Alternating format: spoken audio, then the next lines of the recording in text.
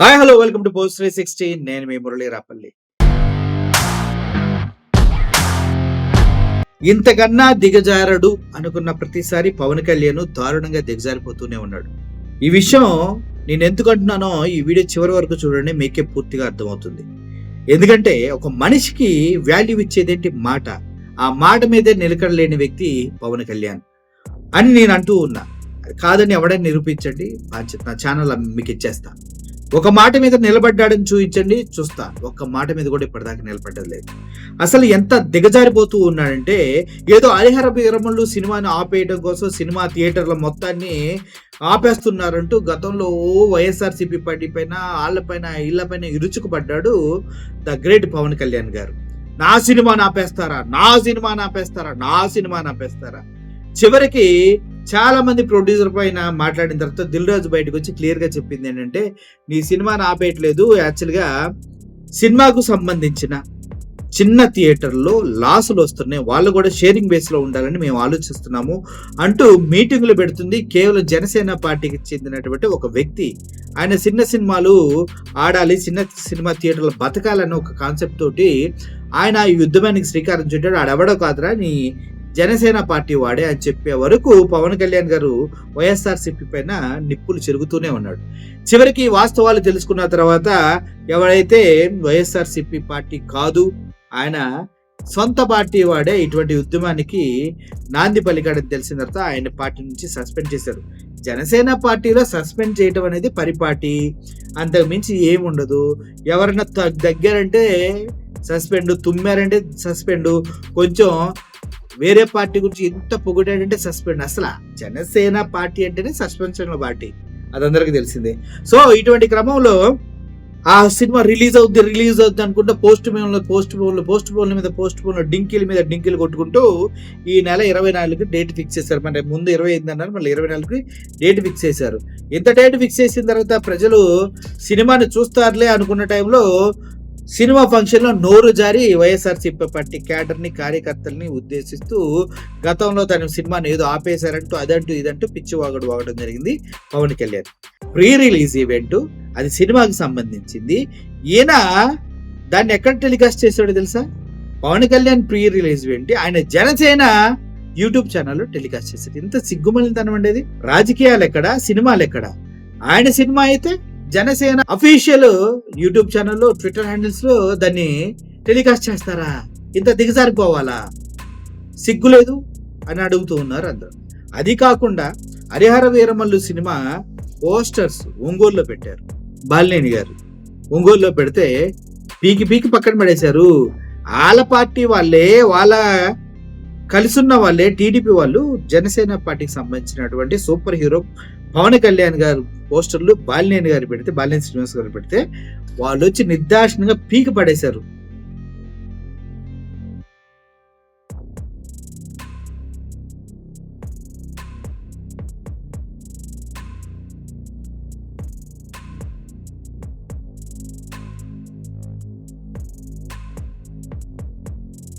అంత దీనమైన బతుకు. కానీ మన ట్విట్టర్ హ్యాండిల్స్ లో, మన యూట్యూబ్ ఛానల్స్ లో లైవ్స్ ఇచ్చేస్తాం.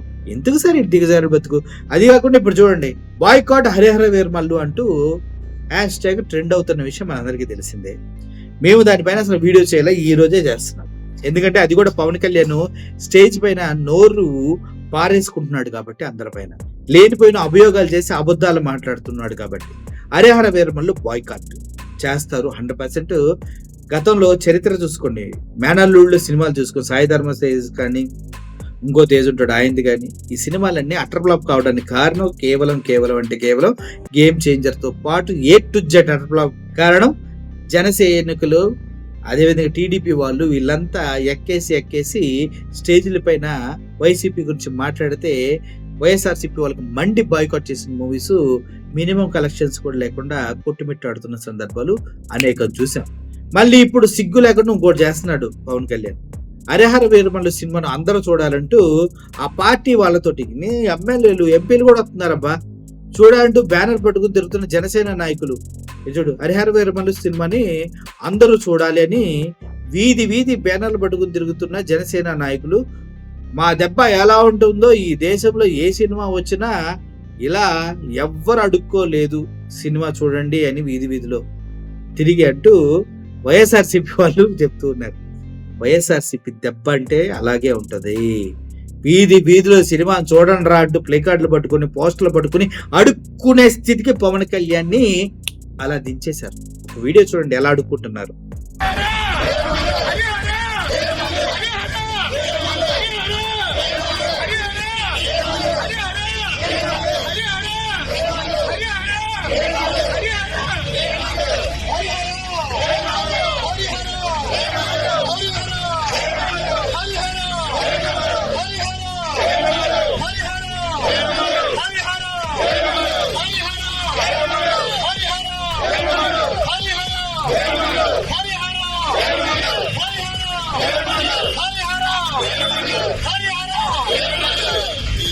కొట్టండి సార్.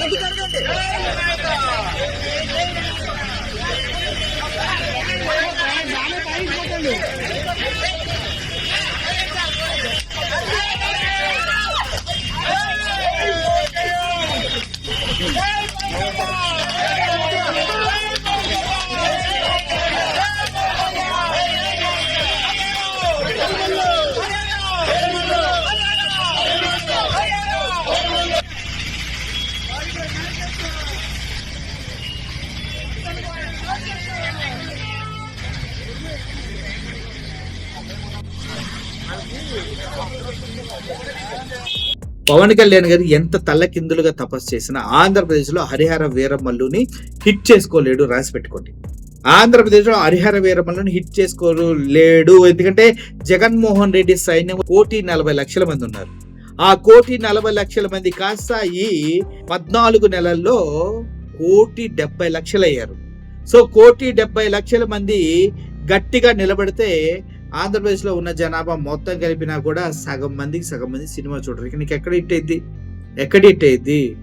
ఆల్రెడీ ఐబొమ్మలోనో లోకల్ కొన్ని ఛానల్స్ లో వస్తా చూసుకోండి అని పోస్టులు ఇంకోళ్ళు కూడా చేస్తున్నారు. జగన్మోహన్ దెబ్బ అంటే హరిహర వీరమల్లు అబ్బా అంటూ వీళ్ళు ప్రమోట్ చేస్తూ ఉన్నారు. నిజంగా పవన్ కళ్యాణ్ గారు కూడా భారీగా దిగజారిపోయి, గతంలో ఎవడన్నా వేరే వాడి సినిమాలకి వెళ్తే అక్కడ తోలు తీస్తా తొక్క తీస్తా టికెట్ల రేట్లు అది ఇదని ఊగి వాగేవాడు. కానీ ఈ ఫంక్షన్ లో అలా ఊగలేదు చూడండి. ఆల్రెడీ సినిమా బొక్క బోషాను అని టాక్ వచ్చినట్టుంది. టికెట్లు కూడా ఏమీ కట్ అవ్వట్లేదు. ఒకసారి ఈ వీడియో చూడండి ఏమంటున్నారు. సినిమా టికెట్లు రే కొనండి రా బాబు అని అడుక్కుంటున్నారు. ఆ వీడియో చూడండి ఒకసారి.